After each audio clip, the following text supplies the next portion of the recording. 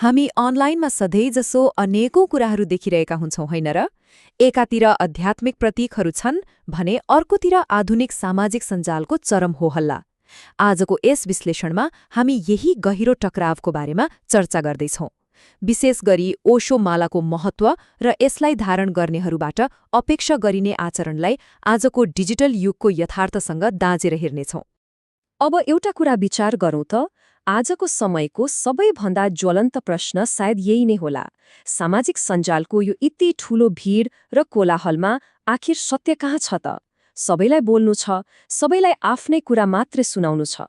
यस्तो अस्तव्यस्त र चर्को परिदृश्यमा सत्यको खोजी गर्नु अनि त्यसलाई टिकाइराख्नु साँच्चै नै एउटा ठूलो चुनौती बनेको छ। हुन त यही डिजिटल कोलाहलबाट बच्न र आफ्नो अस्तव्यस्त जीवनलाई अलिकति भए पनि सही बाटोमा ल्याउन धेरै मानिसहरू विभिन्न अभ्यासहरूमा लागिरहेका छन्। हामीले देखेका छौं नि, नेतृत्व विकास, मोटिभेसन र विशेष गरी ध्यानप्रतिको आकर्षण निकै बढेको छ। र यो एकदम स्वाभाविक पनि हो, किनभने ध्यानले मनलाई शान्त बनाउने र सत्यको नजिक पुर्याउने काम गर्छ। यही शान्तिको खोजी गर्ने क्रममा नै आध्यात्मिक मार्ग र प्रतीकहरूप्रति मानिसको झुकाउ बढेको पाइन्छ। अब यहाँनिर बुझ्नुपर्ने सबैभन्दा मुख्य कुरा के हो भने, ओशोमाला केवल एउटा साधारण घाँटीमा लगाउने सजावटको वस्तु मात्रै पक्कै होइन।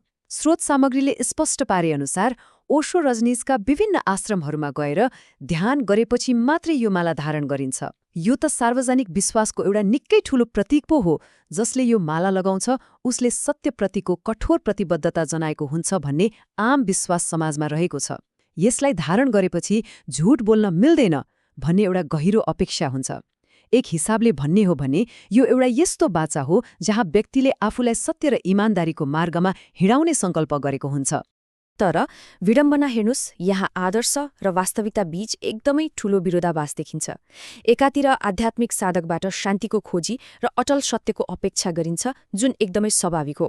तर अर्कोतिर आज सामाजिक सञ्जालमा ओशो माला नै धारण गरेका कतिपय व्यक्तिहरू भ्यूज र अनलाइन क्रेज बढाउनकै लागि जस्तोसुकै झुट बोल्ने, भड्काउपूर्ण कुरा गर्ने र चिच्याउने गरेको पाइन्छ।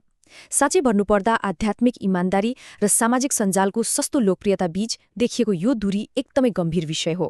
सामाजिक सञ्जालको यो अराजक र होहल्लापूर्ण व्यवहारलाई शान्त पार्न सञ्चारको एउटा पुरानो दार्शनिक मापदण्ड निकै सान्दर्भिक देखिन्छ।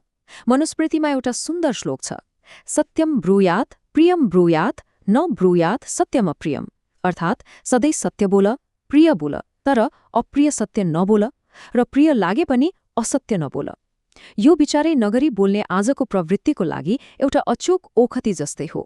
यसले हामीलाई सन्तुलित र सत्यवादी सञ्चारको वास्तविक महत्त्व सिकाउँछ। यही दर्शनको आधारमा हेर्दा सन्यासी वा ओशो माला धारण गर्ने व्यक्तिले एकदमै स्पष्ट आचरण पालना गर्नुपर्ने हुन्छ। उनीहरूले गर्नुपर्ने काम भनेको सत्य बोल्नु र सत्यको लागि एकदम शान्त रूपमा आवाज उठाउनु हो। र गर्न नहुने काम, व्यापार वा भ्यूज बढाउन जथाभावी बोल्नु, ठूलो स्वरमा छिच्याएर अनलाइनमा अरूलाई गाली गर्नु वा तथ्यलाई नै तोडमोड गरेर सामाजिक सञ्जालमा तमासा देखाउनु कदापि सुहाउँदैन। आध्यात्मिक आदर्श र अनलाइनमा देखिने यस्ता सनसनीपूर्ण कार्यहरू सँगसँगै जानै सक्दैनन्। यहाँ ध्यान दिनुपर्ने सबैभन्दा सशक्त कुरा नै यही हो, जतिसुकै ठूलो स्वरमा चिच्याए पनि असत्य कहिल्यै सत्य बन्दैन। सत्य आफैमा अटल हुन्छ, यो डगमगाउँदैन। सामाजिक सञ्जालमा अरूलाई गाली गर्दैमा वा चर्को आवाज निकाल्दैमा तथ्यहरू परिवर्तन हुने त होइनन्। स्रोतले एकदम स्पष्ट रूपमा भनेको छ कि हामी सत्यको पछि लाग्नुपर्छ, न कि आफ्ना मान्छेहरूको पछि लागेर असत्यलाई सत्य बनाउने जबरजस्ती प्रयास गर्नुपर्छ। ओशो माला जस्तो पवित्र प्रतीक धारण गर्नेहरूबाट यस्तो भड्काउपूर्ण आचरण पटक्कै सुहाउँदैन। सत्य आफैमा बलियो हुन्छ, यसलाई साबित गर्न कुनै किसिमको होहल्लाको आवश्यकता नै पर्दैन। अन्ततः यो सबै विश्लेषणपछि एउटा निकै गहिरो प्रश्न बाँकी रहन्छ, के केवल घाँटीमा माला लगाउनु मात्रै पर्याप्त छ त? पक्कै पनि छैन। कुनै पनि आध्यात्मिक प्रतीक धारण गर्नु भनेको बाहिरी आवरण मात्र होइन, यो त भित्री नैतिकता र डिजिटल इमान्दारीप्रतिको गहिरो प्रतिबद्धता हुनुपर्छ।